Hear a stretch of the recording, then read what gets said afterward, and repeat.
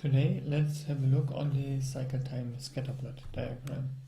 The cycle time scatterplot shows the development of the cycle times over a considered time span. I published a blog post describing much more of the details. Please have a look on this in parallel. Short explanation of the diagram. On the x-axis, you see the development of the cycle times over a time span. Currently, this starts from May until December. And on the y-axis, you can see the cycle times itself. Currently, I filtered content to only show stories and tasks. Yellow stories, blue the tasks. And the process itself starts with our backlog in inbox and ends in production.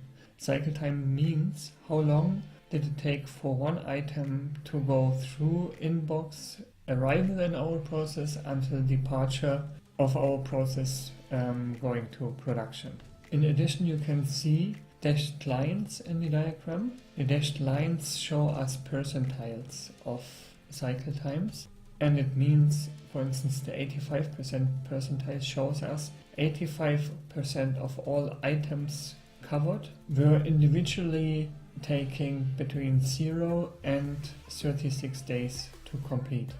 You can phrase it differently and you can say an item takes between 0 and 36 days with an 85% probability. This is quite an interesting output you can take to discuss with stakeholders.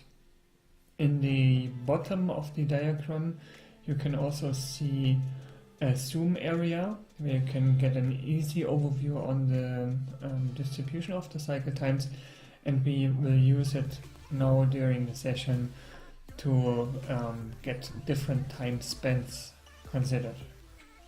What is interesting for predictability is to look at the development of the percentiles and how the distance looks like between the percentiles. Like described in the blog post, looking at the overall time span, you can look distances between the 50% and the 85% percentile and see if there are any pattern changes.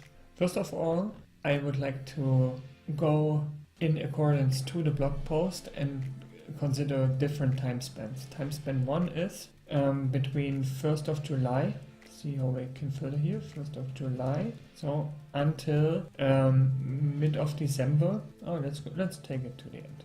And now we took a time span where the whole team split is included, but it covers also the time before. In the blog post I described that we had a team change that occurred on the 12th of September, and we wanted to use the cycle time scatterplot to look on the development of the cycle times overall.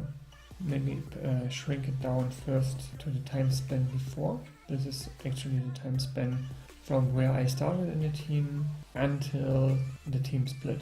And you can see that the cycle time development looked like it was around the 85% percentile was 40 days and the 50% percentile was 17 days. You can also see it here in the overview. What this means that we have a huge gap or distance between 50% and 85%. It's 23 days, and this has an effect on the predictability for your stakeholders, because it would be nice to have these corridors much more close together. Even between the 70% likelihood and 85% likelihood, we still have 16 days difference, what's quite a lot. Looking at the 95% percentile, meaning a really high predictability of how long it takes for items to complete, we even have a really huge distance. Now, to have a look on how this developed after the team split, we can just change the corridor we consider and take it from the team split until today. What we now can see that the 85% corridor and the 50% corridor got much more close together. Previously it was 40 days for the 85% and lower for the 50%. Now we have a gap only of 13 days between 50 and 85, and 70% and 85% even got much more close together, what speaks for a much better predictability of our process. Predictability is important when we start with forecasting, because getting these ranges more close gives us a better possibility to actually project potential delivery dates. Also interesting is that we have some of the outliers, and if we would reduce now a bit the outlier scope, then you even see that the corridors get much more close together. On the 95% percentile, it was previously 64, we improved a bit, but there are still some outliers in there that we would have to take a look a bit more. Now let's also have a look on the overall time span, starting from here, and I limited to here because previously I have no judgment on what the items were about and how this looks like. And overall we can also see that the 85% percentile got influence with the recent changes, and we went down from 40 days to 34 days, and also the corridors closed much more. Maybe a short outline on the green item here. It shows the trend line for the 85% percentile.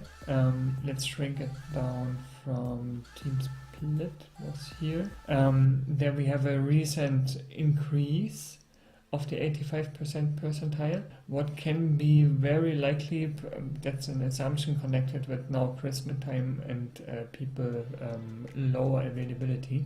That's something we also have to consider in our process, that on a short term cycle time trends can change depending on availability of people there.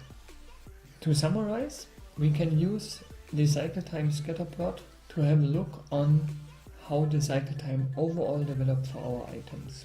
You can also use it to drill down on individual items. For instance, let's take this outlier here, and from this outlier we can actually see how long it took.